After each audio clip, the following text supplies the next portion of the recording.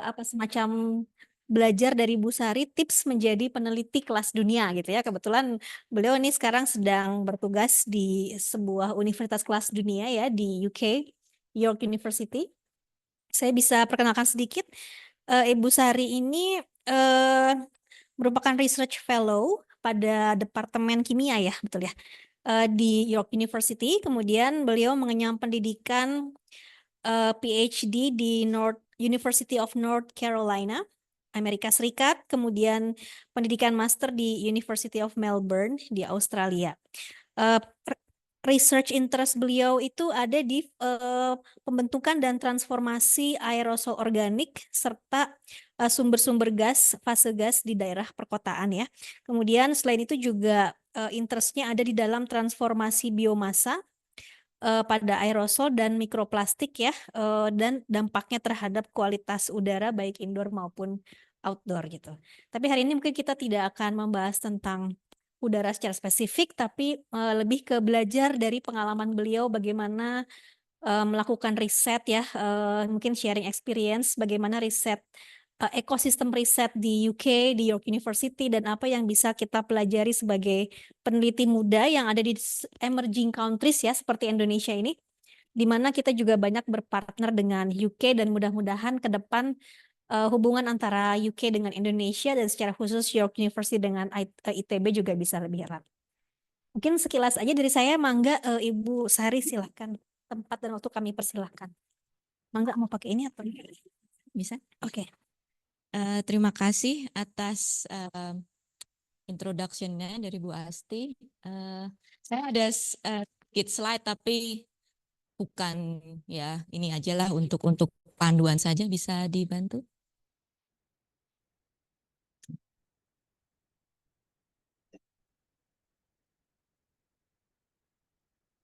Jadi slide ini juga atau untuk memperkenalkan penelitian saya secara garis besar dan nanti yang kedua bagaimana tadi environment lingkungan penelitian di UK itu seperti apa. Pasti akan berbeda tiap negara, cuma sebagai gambaran saja seperti apa di UK. Dan juga nanti saya beri gambaran singkat bagaimana apa yang perlu dilakukan ketika hendak mendaftar mencari dana penelitian di UK, dan juga ada juga bagaimana misalnya mencari pekerjaan dalam arti pekerjaan riset, karena mungkin ada yang mau postdoc atau bahkan mau PhD, kemana mencari dan bagaimana mencarinya. Berikutnya. Jadi sekilas tadi sudah disampaikan oleh Bu Asti, saya penelitian utamanya di organic particle, tapi juga volatile organic gas atau gas organik yang karena akan membentuk partikel organik, dan itu itu lingkaran utama di dalam. Terus lingkaran luarnya adalah metode-metode yang saya pakai, mulai dari pengukuran menggunakan mass spectrometer, kemudian dengan modeling, dan saya melihat mekanisme reaksi kimia, pembentukan organik, oksidasi gas dan sebagainya.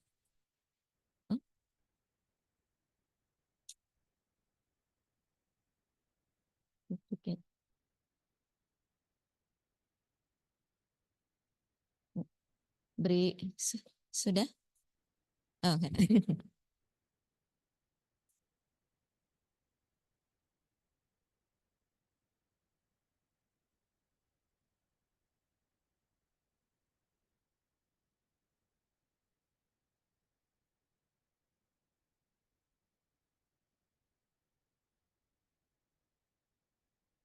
Sebetulnya sementara mengalami sudah slide ini ya ini informasi saya di slide pertama. Jadi kalau ada yang butuh informasi, mau bertanya lain nanti follow up question atau mencari informasi, bisa saya pakai. Ini yang link resmi saya, mulai dari Orchid ID, LinkedIn, dan Twitter atau X, dan tentunya email utama. Berikutnya, Mas.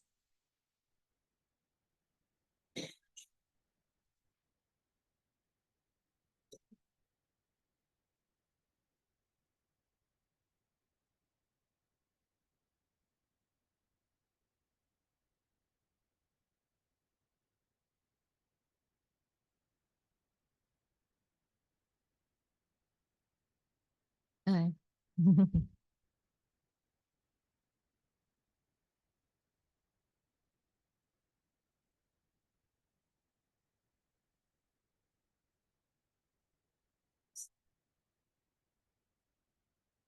Ya.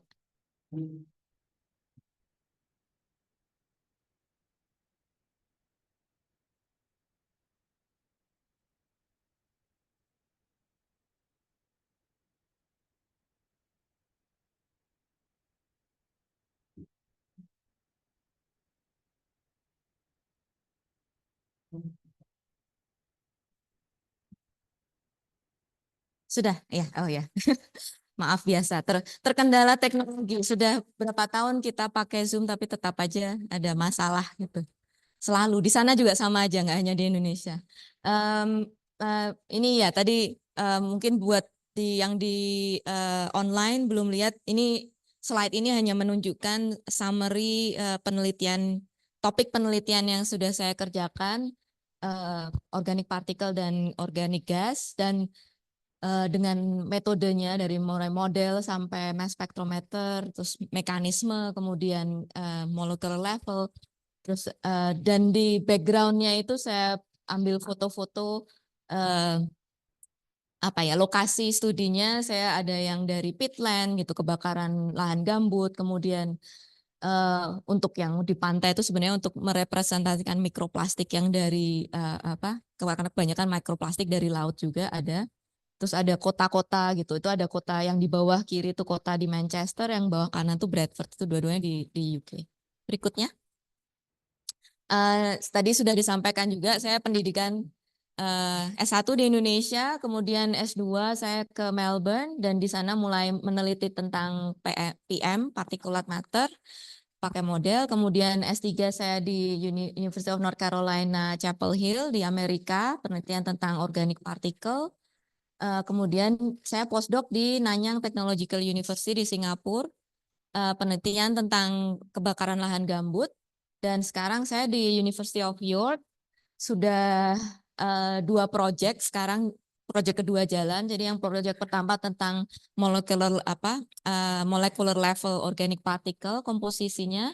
Yang sekarang itu tentang polusi udara, kontribusi polusi udara dalam ruang terhadap kualitas udara luar ruang.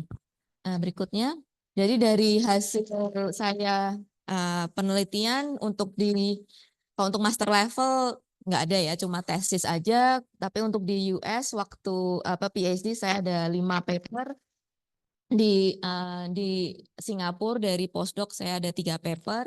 Ini yang first author. Banyak juga paper-paper yang kolaborasi dengan yang lain. Untuk di UK karena waktu saya mulai di UK juga ketika pandemik mulai, jadi proyek pertama itu sangat terhambat sampai sekarang juga data belum selesai dianalisa, belum bikin paper. Sudah ada paper kolaborasi, tapi untuk saya sendiri belum publish paper. Dan yang proyek yang sekarang masih jalan dan masih berusaha menyelesaikan data dan nulis paper. Berikutnya. Nah, ini yang di sini jadi international research. Terus karena di judul dari kegiatan ini kan Kopi Sore Tantangan dan Peluang untuk Penelitian di Skala Internasional. Kalau saya lihat, saya buat 2 ini kolom. Untuk yang sebelah kanan itu challenge-nya, hambatannya, tantangannya, terus sebelah kirinya peluangnya apa gitu. Dan itu saya bagi 2 lagi, saya lihat ya melihat pengalaman saya sendiri gitu, ada 2, pasti ada internal jadi personal hambatan dan peluang dari personal juga, tapi ada juga yang eksternal. Misalnya kalau personal ya pasti ada saya tidak punya waktu saya mau keluar negeri, apa yang kurang dari saya waktu itu, mungkin bahasa Inggris saya masih kurang ataupun saya belum tahu modeling dan sebagainya. Terus support kalau mau keluar negeri itu kan pasti jauh dari keluarga, dari teman, tidak tahu jadi culture baik dari personally dari keluarga ataupun culture nanti ketika keluar tuh pasti akan menjadi suatu hambatan yang kayaknya sulit gitu mau pergi ke luar negeri untuk apalagi bekerja, untuk pergi saja susah apalagi bekerja di luar negeri. Terus ada birokrasi juga nanti misalnya visa dan sebagainya. Tapi opportunitiesnya jadi peluangnya bahwa untuk personal ya memang ada saya kekurangannya apa, tapi apa yang skill kemampuan apa yang saya punya lebih gitu dan pengalaman saya gitu. Misalnya untuk penelitian di Indonesia tentunya saya sudah tahu kondisi di Indonesia kurang lebih seperti apa. Jadi bisa itu istilahnya dijual ya untuk sebagai selling point bahwa saya tuh tahu tentang ini gitu. Jadi kita perlu ada suatu kebanggaan bahwa saya punya sesuatu gitu. Kemudian untuk peluang dari yang di luar personal itu ya apa eh, rekan, kenalan, network di luar itu akan membantu kita untuk melebarkan sayap di dunia internasional. Kemudian maksud dari local support itu local support baik dalam negeri maupun di luar negeri, karena dengan adanya kenalan atau network di luar negeri itu mereka setidaknya tuh sebagai support walaupun tidak sepenuhnya, tapi apapun bentuknya itu adalah support. Jadi jangan bahkan hanya untuk tanya kotanya bagaimana, universitas seperti apa, itu sudah cukup sebagai support. Berikutnya. Terus networking, saya mulai dari networking. Bagaimana memulai networking? Mulai dari meeting gitu ya, pertemuan gitu. Jadi saya ya ada kenalan dari mulai dulu kuliah S1, S2, S3, kemudian ketemu ada yang bertemu di conference. Memang tidak semua bisa di maintain terus, tapi bahkan tahu saja tuh sudah cukup, dan kita jangan ragu untuk apa ya reach out lagi. Jadi memulai, misalnya pun sudah lama nggak ketemu, sudah lama nggak bicara gitu, tapi ya memperkenalkan diri lagi, masih ingat nggak dulu kita ketemu di sini, dan itu akan membantu memulai networking. Kemudian acquaintance itu maksudnya ya kalau kita sudah ada teman, kenal teman atau ya rekan, itu dimanfaatkan. Jadi itu yang akan membantu untuk networking. Terus personal itu sosial media. Mungkin ya di sini sudah rata-rata sudah banyak yang menggunakan sosial media, jadi saya pikir juga ya ini ya dimanfaatkan sosial medianya tidak hanya untuk mungkin perlu dipisahkan. Kalau saya pribadi sih saya pisahkan antara sosial media yang untuk pribadi, senang-senang saya sendiri, atau dengan yang mungkin mulai masukkan opini gitu. Saya mungkin tidak terlalu opinionated di sosial media, tapi adalah saya suka kadang posting-posting, misalnya ada penelitian saya seperti apa, penelitian rekan saya. Jadi nanti orang juga akan entah bertanya bagaimana caranya atau siapa kenalan, itu akan membantu networking. Terus setelah start itu tadi ya maintain tadi, bagaimana maintain lewat sosial media, contohnya LinkedIn, dan juga mengkomunikasikan ide seperti dengan network tadi, mengkomunikasikan ide untuk penelitian atau untuk kerjasama, dan mulai mencari opportunities itu tadi melalui di online website. Berikutnya. Jadi ini berikutnya tentang research grant dan fellowship. Ini saya ambil dari The Royal Society. Bagaimana mendaftar atau apply untuk research funding. Pertama mencari gitu. Gampangannya langsung pertama dicari dulu skemanya mau apa.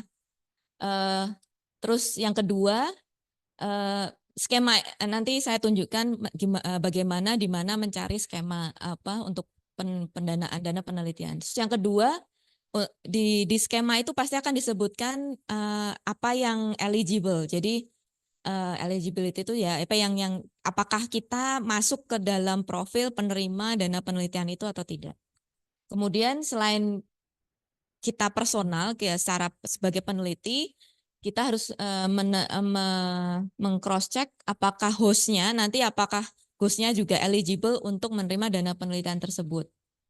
Terus berikutnya belum masih nomor 4 masih turun. Yang keempat ini ya ini literal semua, tinggal dibaca dan saya pikir jelas. Read the schemes notes in full, karena guideline untuk dana penelitian itu beda-beda. Mau misalnya contohnya dari The Royal Society. Walaupun dari The Royal Society, tapi skemanya berbeda tuh juga guideline-nya akan berbeda. Jadi harus dibaca sejelas-jelasnya Kalau tidak jelas ditanyakan ke funding agency-nya.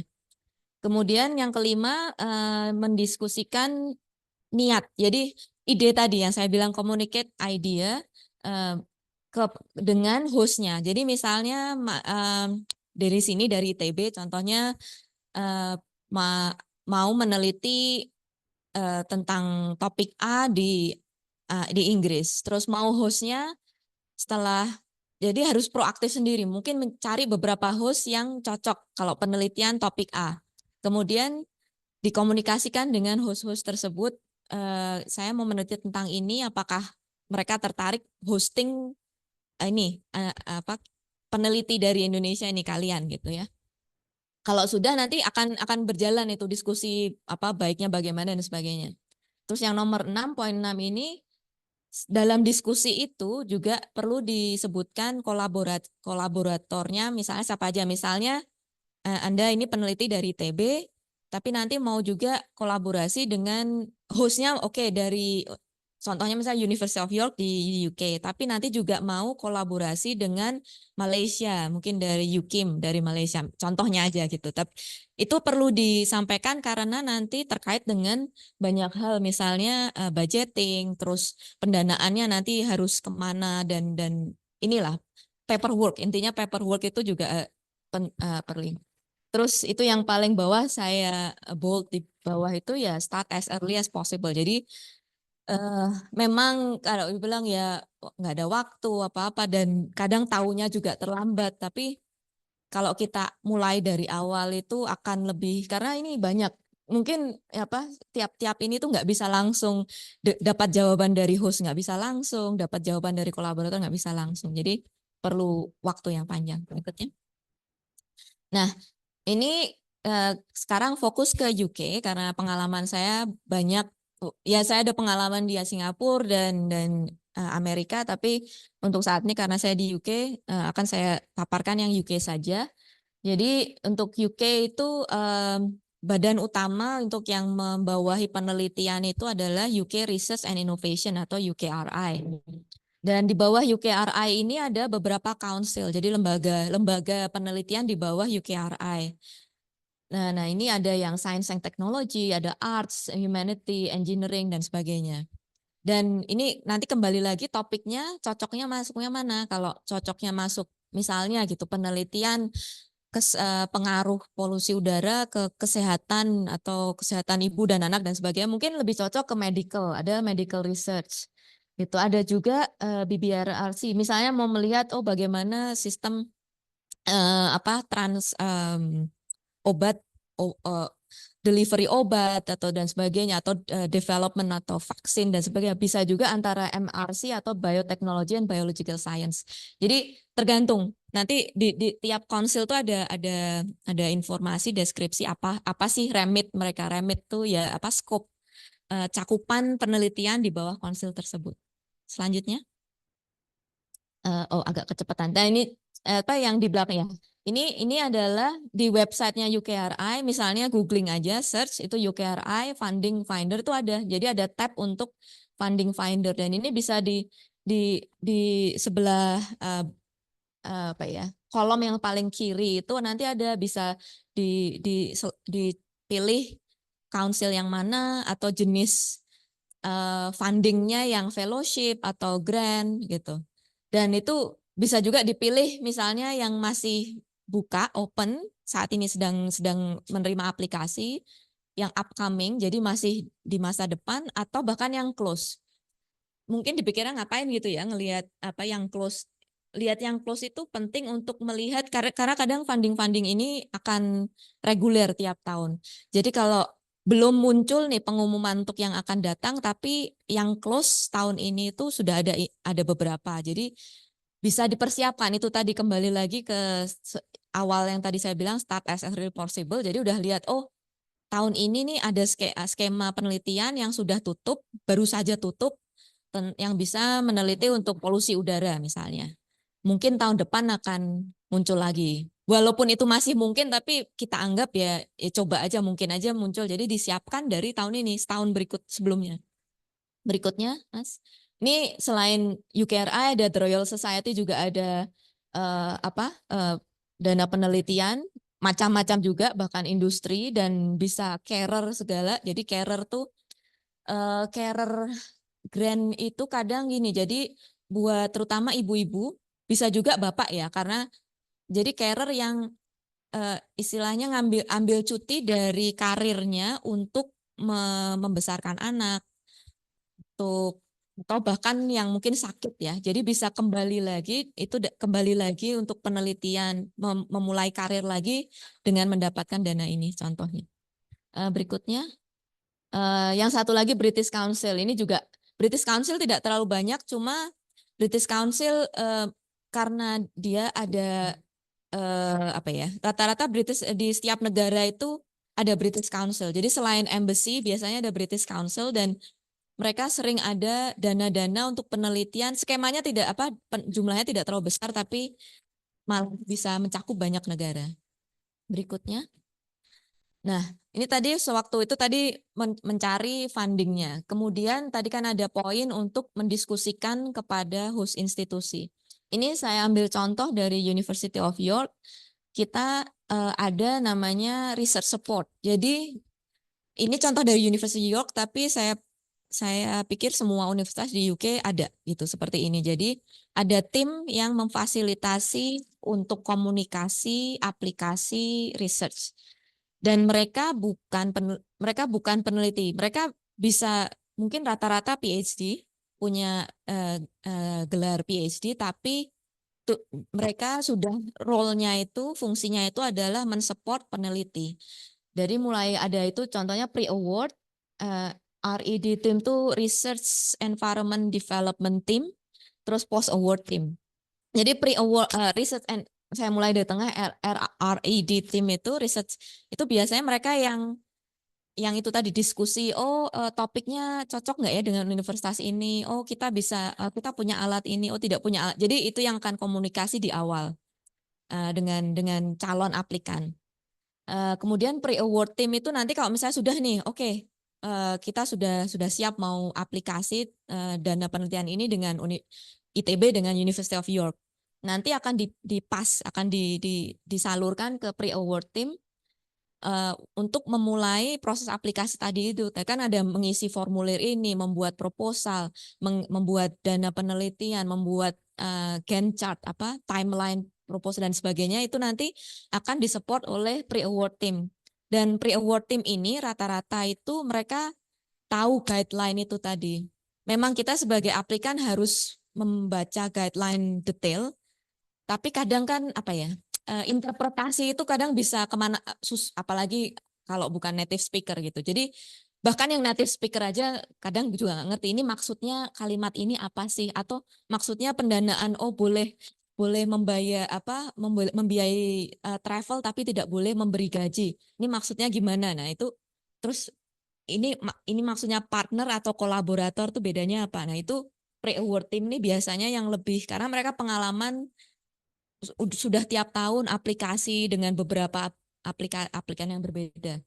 Nah, post award ya intinya kalau sudah diterima dana penelitiannya mereka yang akan membantu untuk distribusi, memantau pemakaian dana seperti apa. Oke, berikutnya. Nah, berikutnya ini kalau tadi tentang mencari funding, ini bagaimana mencari research atau teaching role. Mungkin teaching role sedikit ya. Berikutnya, Mas. Mencari kembali lagi sama seperti funder finding ini sekarang job finding gitu. Job finding. Kalau dipikir ya mungkin di sini semua sudah ada posisi entah di universitas atau di institusi. Tapi kalau mau postdoc kan bisa juga nanti mungkin cuti atau gimana skemanya. Tapi untuk mencari posisi postdoc bagaimana caranya ya? Salah satunya yang paling gampang LinkedIn gitu. Kalau di LinkedIn itu sudah ada kalau nanti search itu di job itu misalnya saya tulis postdoctoral researcher air pollution tuh muncul. Memang nggak nyambung. Kalau LinkedIn memang agak terluas gitu ya, bisa kemana-mana. Tapi itu membantu karena saya juga waktu dapat posisi research job di UK itu lewat LinkedIn. Berikutnya. Yang lain kalau untuk UK itu ada jobs.ac.uk itu dia nggak hanya untuk postdoc, tapi bisa juga technician, bisa juga PhD. Jadi ini karena .ac.uk memang ini adalah posisi-posisi untuk di akademik gitu, universitas, research institute gitu. Ini ada contohnya ya, ini apa di Cambridge nih. Berikutnya, yang lain lagi adalah ini kalau di Science Magazine kalau bisa subscribe itu ada karir gitu, karir path, ada tiap bulan atau tiap minggu malah mereka ada fellowship di US atau fellowship atau apa teaching bahkan tenure track faculty itu ada bukaan apa dosen di Denmark gitu atau di Swedia dan ini misalnya di Eropa dan Asia juga ada gitu. Tapi memang kebanyakan Amerika tapi Eropa dan Asia juga ada. Dan yang terakhir berikutnya teman. Kalau saya ya udah gitu kadang karena tadi dari network itu kadang muncul gitu email dari teman, oh ini aku butuh postdoc, aku butuh PhD student gitu. Kalau ada kenalan, ya udah itu bisa. Jadi itu pentingnya tadi network tadi. Berikutnya, Mas. Terus setelah dapat nih informasi ya apa? Apply. Ini saya ambil contoh yang tadi dari Cambridge ini lagi open sebenarnya. Itu yang mungkin kurang jelas ya di bawah. Itu saya kotak merah itu mempersiapkan tiap-tiap aplikasi akan berbeda. Cuma sebenarnya untuk job position tuh hampir sama sih. Butuh CV, kemudian ada covering letter dan publication list. Berikutnya, oh ya, ini dulu aja. Ya nggak apa-apa. Find PhD. Jadi ini untuk tadi yang untuk cari postdoc ya, postdoc research role. Kemudian kalau PhD garis besarnya juga sama. Berikut. Ini jadi ada skema-skema untuk PhD di UK, salah satunya dari NLRC Panorama DTP. Jadi ini ada websitenya bisa di googling, itu ada project-project. Dan itu untuk universitas tertentu. Tapi ada juga website, klik berikutnya, itu adalah Find a PhD. Di sini saya filter aja PhD, atmospheric air pollution kalau nggak salah saya PhD air pollution terus saya pilih York aja karena biar simple. Jadi ini adalah PhD yang lagi buka di York saat ini untuk tahun ini saat ini. Terus klik berikutnya. Nah, dari internal universitas ini contohnya memang York tapi again akan di semua universitas tuh ada. Jadi mereka akan promosikan PhD yang bisa dikerjakan di departemen tersebut. Ini contohnya di York. Berikutnya. Nah, what to prepare ini saya ambil dari University of York, tapi garis besar sama. Baik itu untuk daftar jadi postdoc atau PhD student itu hampir sama. Akan butuh akademik transkrip yang sudah bahasa Inggris ya. Kemudian CV, terus personal statement. Saya di York juga sudah 3 kali surfing di rekrutmen untuk PhD student. Jadi personal statement ini perlu. Bagaimana personal statement itu motivation statement. Kenapa Anda mau belajar topik ini di universitas ini atau kenapa Anda mau mengerjakan penelitian ini di universitas ini itu sangat penting untuk pada saat proses aplikasi. Terus yang ini kan optional yang sebelah kanan. Berikutnya, ya ini yang terakhir. Jadi saya cuma tutup dengan ini UKRI, UK Research Innovation, bahwa research di UK itu adalah by everyone for everyone. Jadi dan ini kita melihat research itu sangat holistik bahwa research itu tidak bisa dikerjakan hanya oleh penelitinya. Research itu penelitian itu hanya akan bisa berjalan jika semua mesin ini itu jalan bersama. Mulai dari teknisi di lab, mulai dari bahkan kebersihan dan juga support yang lain. Dan ini ada mereka sangat mempromosikan equality and equity bahwa equality dan equity itu tidak sama. Kita tidak kalau semua equal itu ya udah bangkunya tingginya sama, tapi equity itu kan akan mensupport mana sih. Jadi misalnya untuk peneliti muda akan disupport lebih besar karena mereka masih baru. Tapi mungkin yang peneliti yang sudah pengalaman masih akan disupport, tapi mereka karena sudah ada pengalaman berarti sudah bisa supportnya tidak terlalu banyak, tapi tetap ada. Itu saja dari saya, mungkin nanti tinggal diteruskan dengan diskusi. Terima kasih.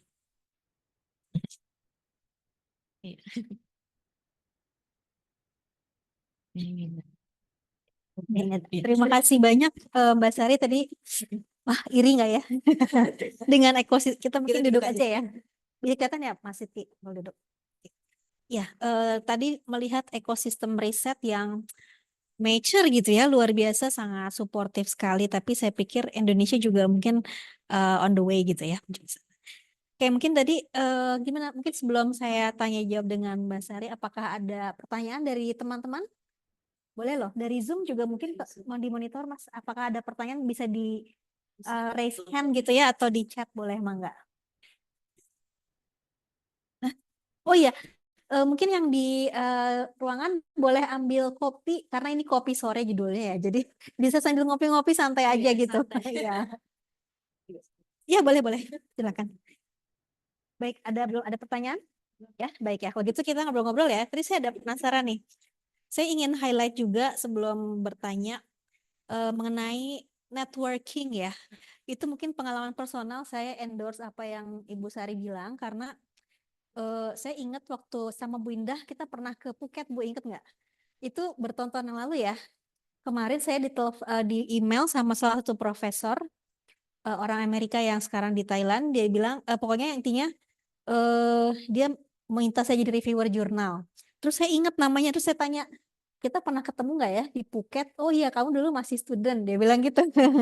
Nah, habis itu semenjak itu email berikutnya dia nawarin kolaborasi jadi partner di satu call for proposal. Artinya bahkan ketika kita student pun gitu ya, jika kita bisa meninggalkan impresi apapun bentuknya gitu, dia ingat juga gitu ya. Jadi saya juga tadi highlight apa yang disampaikan Bu Sari bahwa sebagai peneliti muda networking itu sangat penting. Nah kemudian, nah ini kan UK ya ceritanya ya. Bisa cerita nggak Bu Sari, typical day as a researcher tuh kayak apa sih biasanya kalau di UK gitu?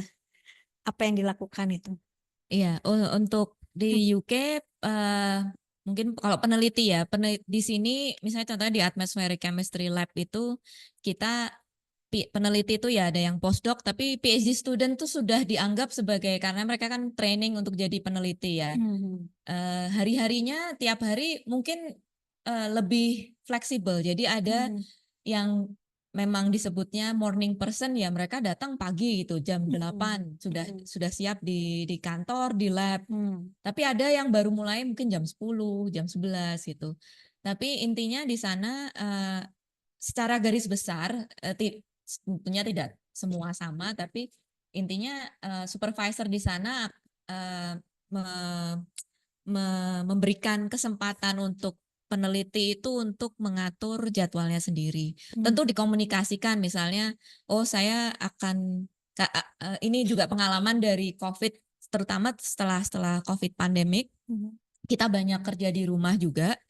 Jadi kita komunikasikan bahwa dan mungkin dibantu oleh sistem juga kita pakai Google kan, pakai Google Calendar. Jadi sudah tahu oh peneliti A, B ini kerja di rumah hari Senin, Selasa, nanti di kantor hari Rabu, Kamis, Jumat. Dan itu nanti untuk meeting semua diakomodasi. Apalagi again karena pandemik kita sudah hybrid itu sudah mau meeting penting atau bahkan diskusi itu hybrid itu sudah bisa. Jadi dan untuk hari-harinya untuk end of day tetap akan fleksibel gitu. Tapi khusus untuk lab memang ada cut off gitu. Karena kan lab itu kan apa ya tidak ya ada hazard di labnya juga. Jadi untuk pekerjaan di lab harus diselesaikan ketika ada risk assess hazard risk timnya gitu. Jadi nggak boleh bahkan misalnya hari libur gitu kita kadang hari libur ada yang mau kerja boleh gitu boleh aja nanti cutinya ngambil nanti ditukar gitu. tapi hanya boleh kerja di kantor aja karena tidak ada tim untuk memantau hazard di lab gitu. Oke. Oke, itu menarik ya. Mungkin kalau nanti kita mengundang peneliti dari Jepang akan berbeda ya gitu ya. Iya. Typical day-nya gitu di. Iya. Oke, kemudian tadi di sana ada supervisor juga mungkin ya, PhD postdoc punya supervisor gitu.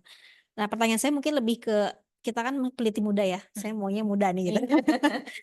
Iya, semuanya muda ya. Seberapa penting mentorship gitu di dalam karir building kita dan bagaimana caranya membangun relasi yang baik dengan mentor atau menemukan mentor yang tepat begitu kira-kira.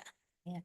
Terima kasih. Ya, saya setuju itu mentorship karena ya pengalaman ya, sekali lagi pengalaman saya juga memang pertama saya pikir itu penting untuk bukan berganti apa ya, mencari pengalaman di tempat baru. Entah itu tempat baru yang benar lokasinya baru atau mungkin masih tempat baru tapi grup grup yang baru, grup yang berbeda, topik yang berbeda karena itu akan membuka wawasan kita bagaimana sih bekerja dengan orang baru gitu. Apa dengan supervisor atau mentor yang baru. Karena eh, ini dan nanti kalau dibilang mentor yang paling baik itu seperti apa? Saya juga nggak bisa bilang ya mentor yang paling baik. Bahkan mentor yang nggak baik itu akan baik juga untuk kita gitu karena jadi kita tahu oh saya ini mentor yang seperti ini nih nggak membantu saya gitu dan saya mencari cara supaya saya bisa maju walaupun mentor saya tidak mendukung saya gitu. Nah itu yang penting. Cuma ya memang penting ini ya apa setiap pribadi akan berbeda tapi apa sih kecerdasan sosial itu memang penting. Kita tidak hanya kecerdasan apa intelijensia, tapi bagaimana bergaul. Bahkan supervisor itu mereka juga manusia kan. Jadi bagaimana susahnya mereka, kehidupan mereka, kenapa mereka begitu. Kalau kita tahu mengatasinya itu sangat diperlukan untuk kemajuan karir kita. Terus ada satu yang saya ingat juga, bahkan di York itu kita ada internal gitu ya, internal universitas pelatihan untuk untuk skill itu yang sebutnya nama pelatihan itu how to manage your supervisor gitu.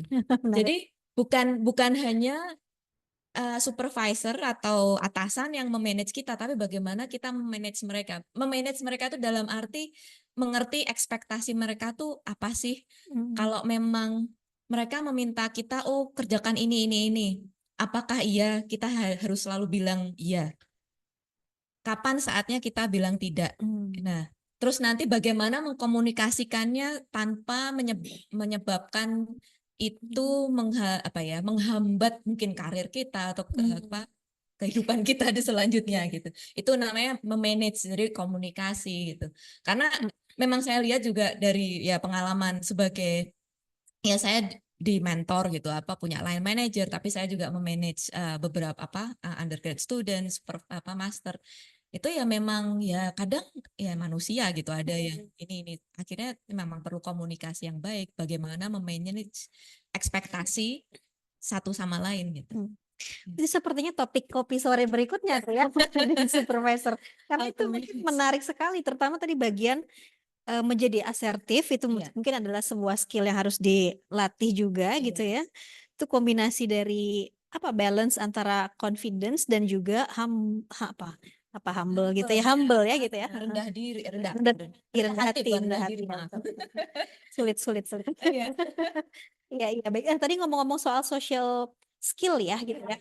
Nah, itu menarik kalau saya jadi penasaran kan UK itu mungkin sangat multikultural juga ya apalagi York sebagai universitas yang rankingnya tinggi banyak menerima berbagai budaya dan terutama juga ada budaya UK-nya sendiri ya.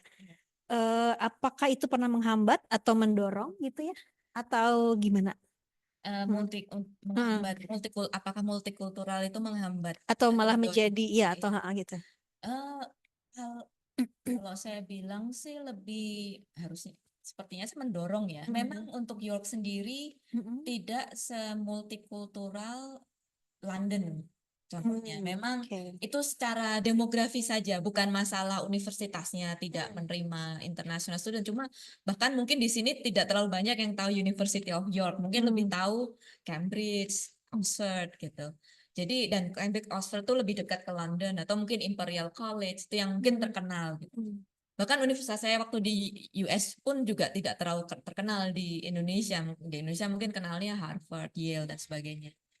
Jadi memang akhirnya banyak di York sendiri lebih banyak orang lokal, jadi orang Inggris gitu. Tapi beberapa international student dan staff gitu. Dan itu cukup membantu apa ya, memberikan perspektif yang berbeda ke penelitian gitu. Karena penelitian yang ada yang kita kerjakan di York chemistry, atmospheric chemistry itu juga internasional. Jadi misalnya bahkan simpel saja, nanti kan ini bulan depan kita dari York beberapa peneliti akan datang ke conference di Malaysia. Akhirnya jatuh-jatuhnya mereka tanyanya ke saya, walaupun saya bilang saya bukan orang Malaysia, tapi ya gitu sedikit banyak saya bisa akan tahu cara nanti kondisinya bagaimana, dan itu yang akan akhirnya kan komunikasi ini akan membantu keseluruhan kegiatan gitu. Jadi komunikasi, sharing informasi itu intinya adalah supaya semua itu bisa berjalan maju bersama, tidak ada yang terhalangi karena tidak tahu sesuatu yang dibutuhkan untuk menuju ke tujuan itu. Misalnya contohnya pergi ke Malaysia aja, simpelnya. Simpelnya ya, baik-baik. Oke, menarik banget nih. Ada pertanyaan dulu mungkin sebelum, ya silakan. Iya silakan.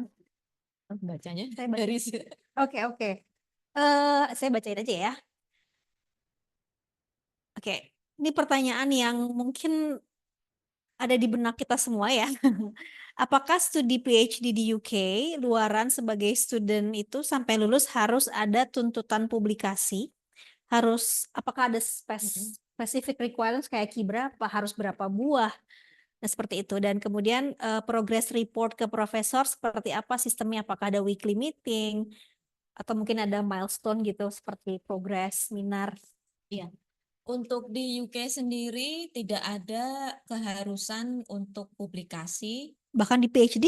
untuk PhD. Wow, oke. Tidak ada keharusan, tapi Tapi didorong. Ya. didorong. Jadi Ya. rata-rata pembimbing akan mendorong untuk paling tidak submit gitu. Sudah submit ke jurnal. Nanti publikasi kadang kan reviewnya lama dan sebagainya. Karena PhD di UK itu cukup pendek 3 tahun. Mungkin paling lama 3,5 tahun. Jadinya waktu ya sudah cukup hanya untuk penelitian, analisis data, nulis tesisnya. Jadi ya tidak ada keharusan untuk publikasi. Tapi akan sangat beragam tergantung supervisor. Itu yang saya perlu garis besarkan juga gitu. Terus yang kedua Tadi itu mengenai reporting ya. Jadi secara garis besar hampir sama itu. Jadi ada sebutannya apa ya? Tab meeting itu teaching advisory. Intinya ya progress meeting itu setiap semester. Jadi progress meeting itu nanti ini progress. Jadi di sana itu PhD student akan dapat primary dan secondary supervisor. Kalau butuh ya 2 itu primary secondary. Kemudian ada sebutannya seperti internal supervisor, internal examiner, IPM itu apa ya? Saya kurang tahu detail namanya. Tapi intinya internal examiner yang topiknya itu tidak sama dengan penelitian. Misalnya saya kan di atmospheric chemistry. Nanti internal examinernya dari Department of Chemistry tapi bukan dari atmospheric chemistry gitu.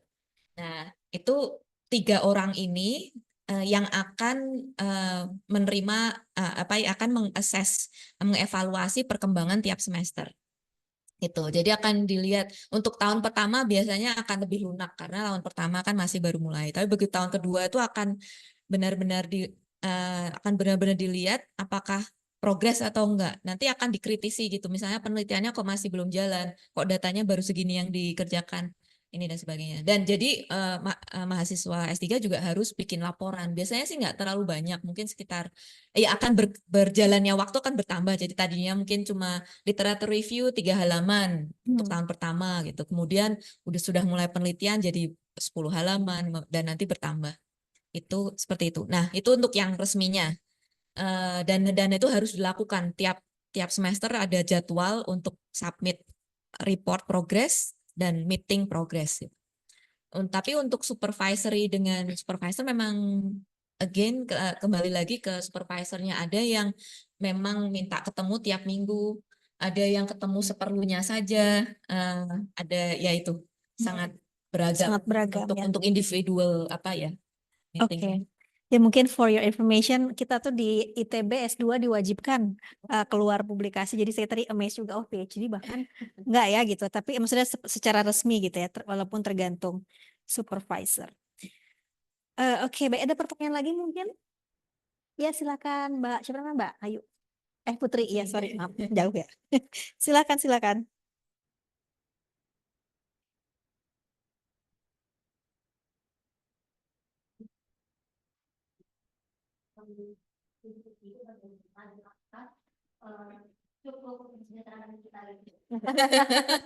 Ya, pertanyaan penting. Ya, Iya, silakan. iya, terima kasih. Iya, tapi pertanyaannya tentang apa ya jenjang karir peneliti untuk mungkin ya di luar negeri di UK terutama seperti apa. Jadi kalau PhD ya jelas PhD itu kan untuk apa latihan menjadi peneliti. Jadi setelah lulus diharapkan jadi peneliti. Nah, itu nanti bisa jenjang karirnya bisa tetap di akademik atau institusi akademik atau di non akademik. Karena intinya kan kita semua di sini tahu bagaimana meneliti sesuatu masalah.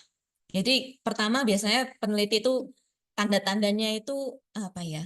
Bahasa sekarang kepo bukan sih kepo? Kepo Ya, ya. yang pengen tahu Kepo. ini kenapa sih kok begini gitu. Masalah itu. Masalah dulu satu. Terus nanti masalah ini akan menyebabkan apa, terus bagaimana memecahkan itu kan akhirnya jadi metodologi penelitian kita kan itu sudah. Terus nanti memecahkan masalah. Dan itu bisa diaplikasikan di akademik, di universitas misalnya, ataupun di industri misalnya research and development gitu. Bagaimana memperbaiki teknologi, aku nggak tahu lah, apa mesin gitu dan sebagainya. Nah, untuk misalnya untuk melihat skopnya lebih kecil lagi di universitas ya postdoc. Jadi misalnya setelah PhD itu postdoctoral researcher gitu. Memang postdoctoral researcher itu sudah seperti apa ya? Kayak by default setelah PhD kalau yang mau tetap di akademia akan ke postdoc. Gitu. Jadi postdoc.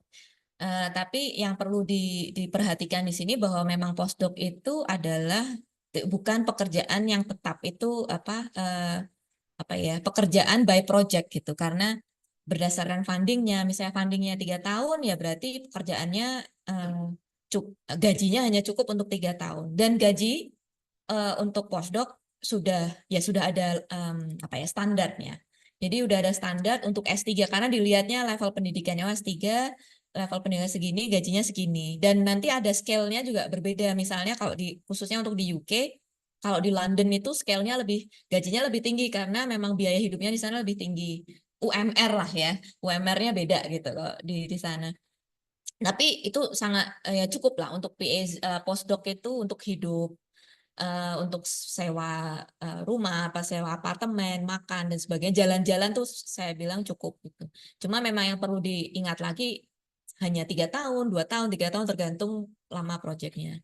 Sedangkan misalnya gitu peneliti setelah lulus PhD kerja di industri gitu ya, kerja itu misalnya kerja ada rekan gitu ya karena kimia gitu, ya udah masuk ke industri kimia. Jadi di research and development teamnya. Saya kurang tahu biasanya itu rahasia juga ya mereka. Jadi ya sudah gitu dan di sana mereka permanen gitu. Permanen memang ada yang gajinya jauh lebih tinggi. Saya dengar sebenarnya jauh lebih tinggi daripada di akademik atau mungkin startingnya lebih rendah tapi nanti kan juga naik tiap tahun gitu. Ya itu pilihan ya. Pilihan mau tetap di akademik atau di luar akademik. Tapi intinya yang perlu kita sadari itu bahwa kita tuh di sini sudah belajar jadi peneliti, kita tahu cara meneliti, ya tinggal institusinya, topiknya tuh yang bisa kemana aja. Ya, mungkin follow up sedikit jadi Iya. penasaran ya. Setahu saya misalnya di Singapura, di Eropa gitu ya, KPI gitu, salah satu KPI-nya itu adalah mencari grant begitu ya, bagi seorang profesor yang belum punya tenure gitu, atau mungkin. Nah, apakah itu ketika mendapat grant berpengaruh terhadap kesejahteraan seperti yang ditanya Putri gitu? Kalau di Indonesia, ini kita to be frank aja ya, ya itu sangat gitu ya. Gitu, kalau di sana gimana? Jadi kalau di sana yang untuk grant gini, tadi funding itu yang tadi saya sempat waktu di funding finder itu ada, saya bilang ada grant, ada fellowship.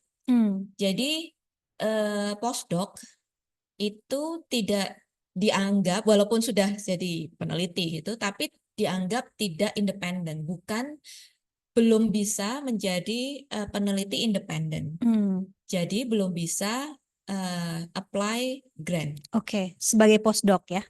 Saat masih jadi Saat postdoc. menjadi postdoc. Satu-satunya cara supaya bisa jadi rata-rata grant itu persyaratannya eligibility. Tadi kan ada poin cek eligibility itu berdasarkan skema. Biasanya di eligibility itu akan dibilang bahwa untuk grant itu aplikan harus mempunyai permanen posisi di universitas.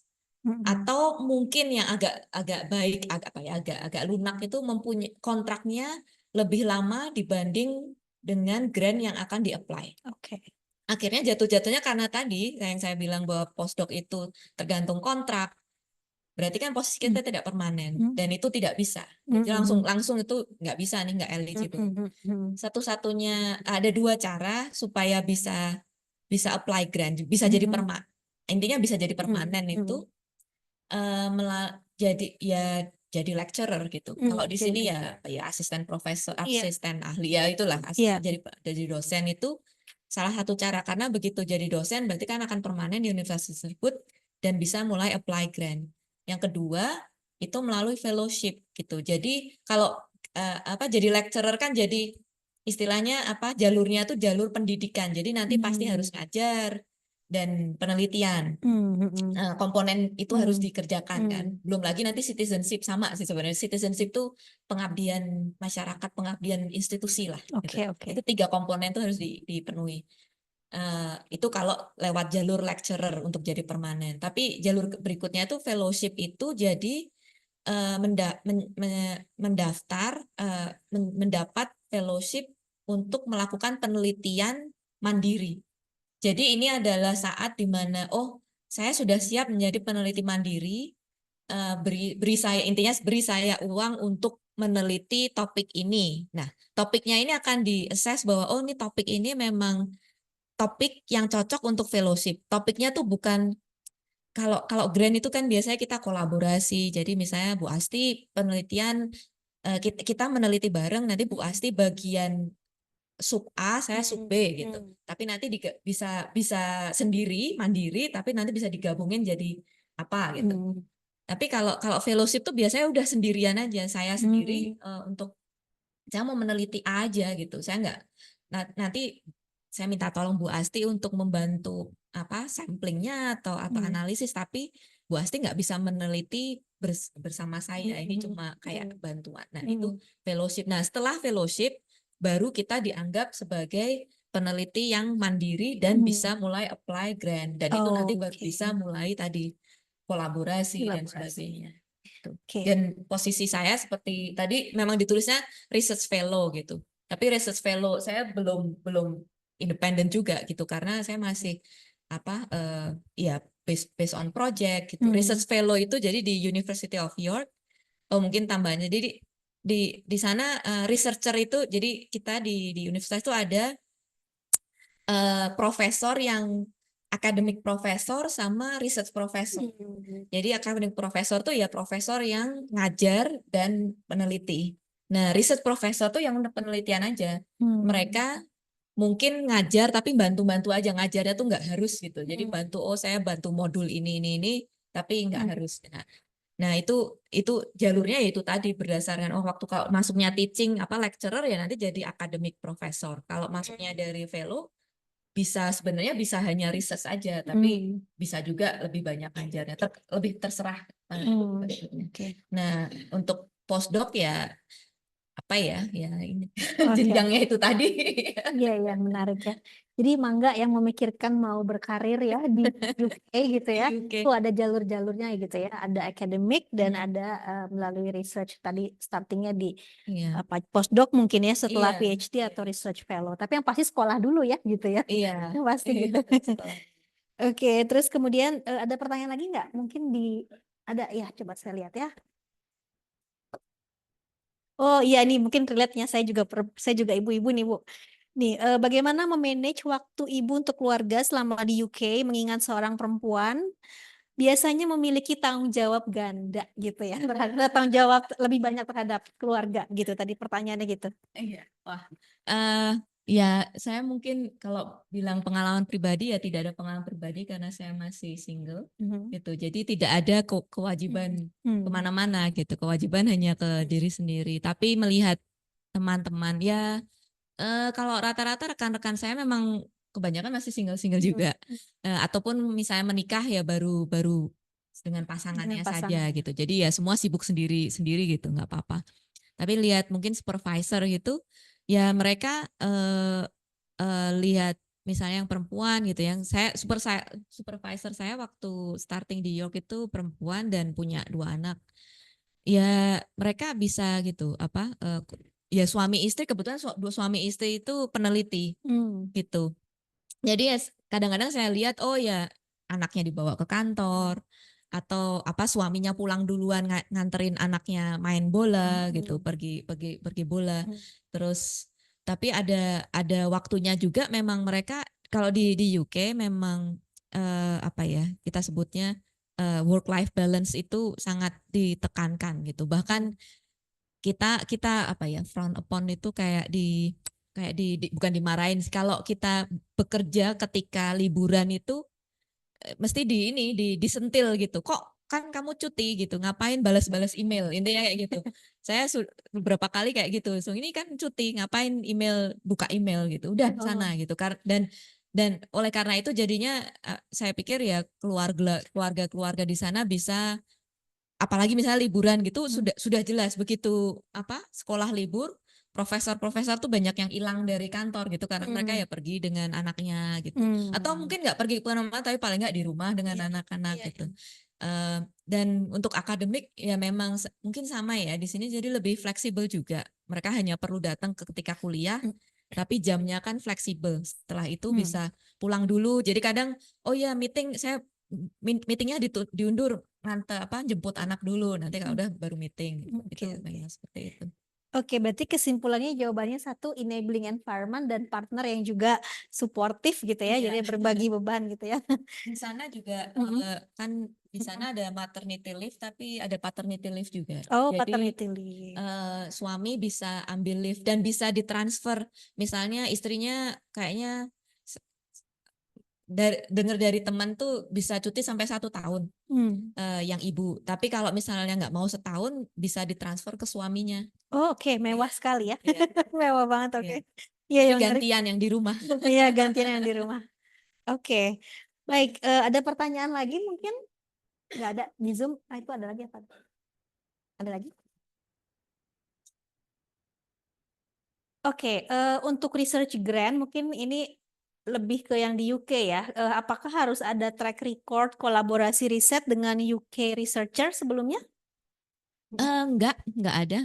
Jadi Enggak. ya karena pertama harus kan komunikasi tadi cek eligibility oleh host institution dan hostnya mau nggak gitu Ya, mau hostnya kerja mau. sama nggak gitu kan Iya, iya. hostnya mau nggak kerjasama dengan kalian dengan Indonesia dengan institusi yang di Indonesia nanti kan kalau sudah ada mungkin tidak perlu track record yang sudah formal tapi kenal aja tuh Iya, tadi iya, iya. networking itu tadi gitu saya Oke. ketemu misalnya seperti Bu Asti ketemu profesor ini di conference tapi kan belum ada formal track record tapi bisa gitu Iya, seperti iya. itu sama seperti yang ini sekarang saya di sini dengan Bu Windy itu saya kenal Bu Windy waktu field work gitu. Hmm. Kita sama-sama di Sumatera gitu.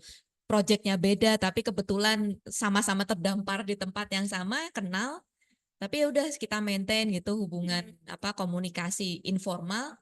Baru kali ini kita kemarin kita submit kan, awal tahun ini kita submit proposal bareng formal gitu. Padahal ya kenalnya udah bertahun-tahun yang lalu, tapi baru oke lah yuk bikin gitu. Oke, baik. Makasih, personal relation ya gitu ya, Iya. penting sekali. Oke, ada lagi nggak dari yang teman-teman di sini? Silakan Mas Dika ya, silakan. Nah. Mm-mm.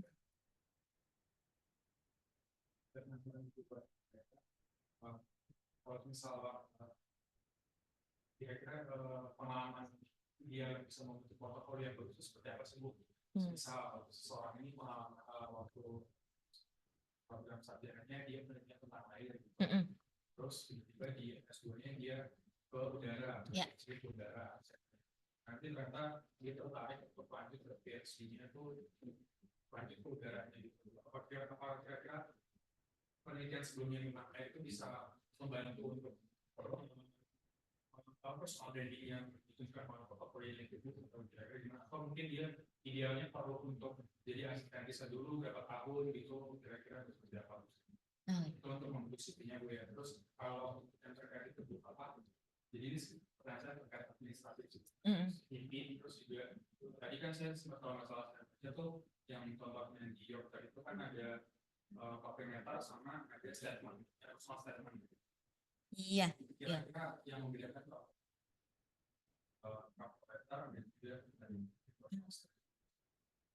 Oke. Mungkin yang mana dulu ya? Yang pertama dulu. Bagaimana untuk ini ya? Untuk membangun portofolio gitu, personal track record ya.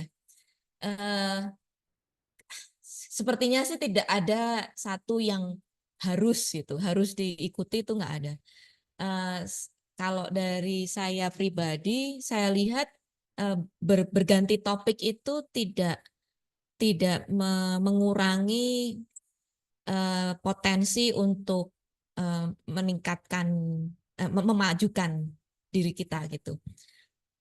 Kalau saya pribadi malah melihatnya itu akan mengayakan perspektif dan malah bisa membantu untuk memajukan entah bidang penelitian atau pekerjaan gitu. Karena kalau saya lihat gitu beberapa memang ya rekan-rekan saja lah, gampangannya mengobservasi rekan-rekan gitu. Ada beberapa yang istilahnya ada yang S1-nya dulu malah biologi gitu. Kemudian S1, S2-nya biologi, begitu S3-nya ngambil atmosfer gitu. Atmosfer, cuma kan di atmosfer juga ada hubungannya dengan biologi. Akhirnya malah dia penelitiannya bisa ke health impacts air pollution gitu. Karena dia punya basic di biologi. Mungkin dia akan sedikit lemah di kimia. Cuma tadi ada poin yang saya bilang personal challenges dan opportunity. Jadi kita tidak hanya membiarkan bahwa saya tidak tahu, tidak punya kemampuan di kimia. Tapi bukan berarti ya berhenti aja. Kalau tidak punya kemampuan ya gimana sih supaya punya kemampuan di kimia gitu. Kan itu. Jadi berubah topik itu tidak masalah kalau menurut saya. Tapi tetap di topik yang sama juga bukan berarti tidak baik gitu. Jadi intinya malah kalau menurut saya sih ya sudah, cari sesuatu, apalagi penelitian itu kan pekerjaannya itu melelahkan, kadang rumit, data analisis, frustrasi, penelitian nggak jalan, alat rusak, data nggak masuk akal gitu. Jadi banyak frustrasinya. Yang penting itu malah kalau memang suka penelitian dan mau jadi peneliti itu cari topik atau sesuatu yang membuat Anda tertarik dan happy gitu ya, bahagia dalam mengerjakan itu. Jadi begitu saya kalau pengalaman saya pribadi ada saat-saat tuh saya udah bosen gitu. Kemarin ini ngomongin kita ada diskusi sedikit PMF, saya bosen ngerjain PMF. Satu saat udah yang ngeliatin PMF itu adalah modeling ya, source reception model. Ngeliatinnya tuh udah capek gitu. Akhirnya makanya saya ganti, topik ganti dikit deh gitu. Karena itu akan membantu refresh refresh apa ya, semangat dan memberikan ini baru juga gitu, skill baru, karena udah saya nggak mau ngelihat lagi PML gitu, nggak mau pakai PML, coba apa modeling yang statistical aja, biar statistical tapi bukan model, ini pakai pakai big data, jadi pakai R atau mungkin ada yang suka pakai Python, karena saya dulu sebelumnya awal-awal nggak pernah tuh pakai big data. Terus sekarang saya pakai OpenAIRE, pakai segala macam package yang ada di R. Itu menarik gitu. Itu skill itu yang tiba-tiba saya energize gitu. Tadinya biasanya kan di lab, terus field work data gitu, ngelihat apa analisis di lab. Tapi sekarang isinya di depan komputer ngulik coding itu. Awalnya juga sengsara gitu ngelihat, aduh line by line debugging. Tadinya udah takut aja, udah serem gitu. Cuma begitu sudah bisa itu, ya bahkan komplimen dari supervisor, wah gitu, bahwa sekarang kamu sudah bisa ya begini, dulu awalnya bikin satu plot aja nggak jelas gitu. Ini sekarang udah bisa macam-macam. Itu sudah jadi ke apa ya, satisfaction gitu, apa kebahagiaan tersendiri, dan itu akan membantu kita untuk terus di penelitian. Jadi topik itu yang penting, topik yang membuat Anda tertarik, interest gitu. Terus yang kedua tadi tentang Personal personal statement. statement. Kayaknya tadi personal statement covering letter itu hampir sama deh. Yang beda tuh CV. Jadi biasanya untuk apply postdoc ataupun PhD itu butuh CV, academic certification jelas ya. Terus CV, publication list kalau untuk postdoc.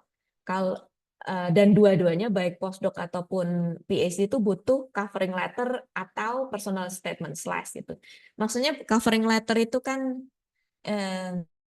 personal ini akan menyapa si apa ya, calon employer gitu, dear siapalah, sir, ma'am gitu, atau profesor ini. Saya tertarik untuk apa mendaftar menjadi peneliti di grup Anda gitu untuk proyek ini, atau untuk PhD saya tertarik meneliti topik penelitian yang Anda supervisory ini gitu. Karena apa gitu. Nah, ini yang saya lihat sebagai recruiter PhD di York itu kadang kurang ini ya, terlalu umum gitu. Covering letternya, personal statementnya itu hanya melihat dari topiknya saja. Yang kadang tuh yang membuat kita, karena kita yang membaca ya, yang membaca tuh yang lihat, oh ya ini sama, ini oh ya topiknya menarik, apa air pollution itu penting untuk kesehatan masyarakat.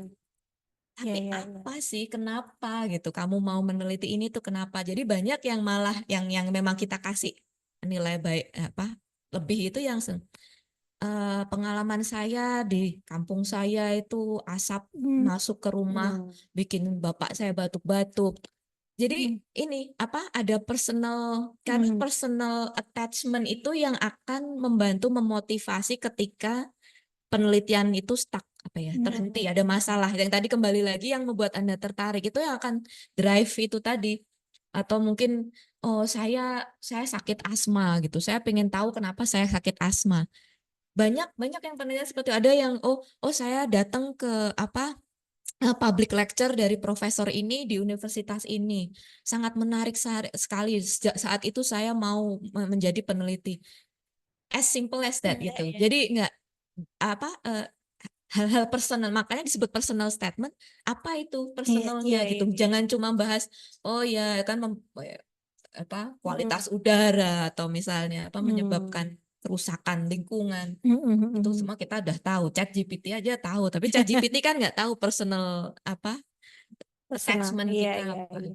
Itu berharga sekali ya, make it personal gitu ya, bahwa menunjukkan passion kita terhadap suatu gitu ya. Oke. Karena in the end hanya itu yang bisa membuat kita bertahan gitu ya, ketika things go wrong gitu. Iya, oke. Iya, menarik. Mungkin dari yang lain ada lagi tambahan? Kalau nggak ada, Mbak Sari kasihan belum ngopi, jadi mungkin saya sudahi ya gitu ya. Mungkin dua kata terakhir apa ya, semacam motivasi atau saran buat teman-teman nih yang kita sekarang tumbuh di dalam ekosistem riset yang tidak semaju York gitu ya. Gitu. Kalau ya pesan saya persistence dalam ya tadi dengan passion persisten itu kita akan bisa menghadapi masalah apapun semoga. Kemudian jangan menunggu sesuatu itu sempurna, tapi dicoba dulu gitu. Karena kalau Anda menunggu Anda sempurna IELTS-nya atau sempurna TOEFL-nya, nggak akan berani mencoba gitu. Coba aja dulu, entah itu daftar apa saja atau bahkan proposal sebelum sempurna dicoba dulu. Nanti akan ada feedback, semoga bisa lebih baik berikutnya. Ya, Gitu. baik. Kasih tepuk tangan buat Bu Sari. Ya, baik, dengan tadi penutup dari Bu Sari ya, bahwa itu tadi penting, jangan menunggu sempurna ya. Just itu, kita juga kalau submit paper kan submit aja gitu ya. Kenapa? Oh ya, iya, walaupun nanti ada feedback, pasti ada feedback, tapi ya gitu ya. Ya, baik, terima kasih. Dengan begitu saya sampaikan sampai jumpa lagi, selamat sore untuk semua teman-teman yang di Zoom. Terima kasih sudah mengikuti ya. Tapi kita ingin foto bersama dulu ya. Ya, Bu Indah, mangga Bu. Ayo teman-teman, kita foto semua ke depan. Oh ya, yang Zoom jika berkenan mungkin boleh menyalakan kameranya. Ayo Bu. Mas Sidki, tolong ditutup chatnya. Ini apa? Oh, itu ya. Ini ada tensi. Oke, di sini. Ya. Bisa sih kalau sambil dibuka.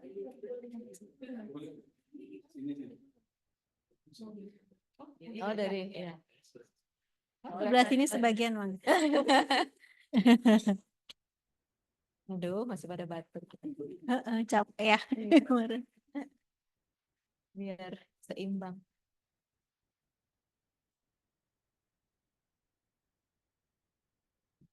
Mundur lagi. 1, 2, 3. 1, 2, 3. Oh, ada yang lain. Aku pikir itu. 1, 2, 3. Terima kasih. Terima kasih semuanya. Sampai ketemu. Oh iya, salah. Dadahnya ke situ.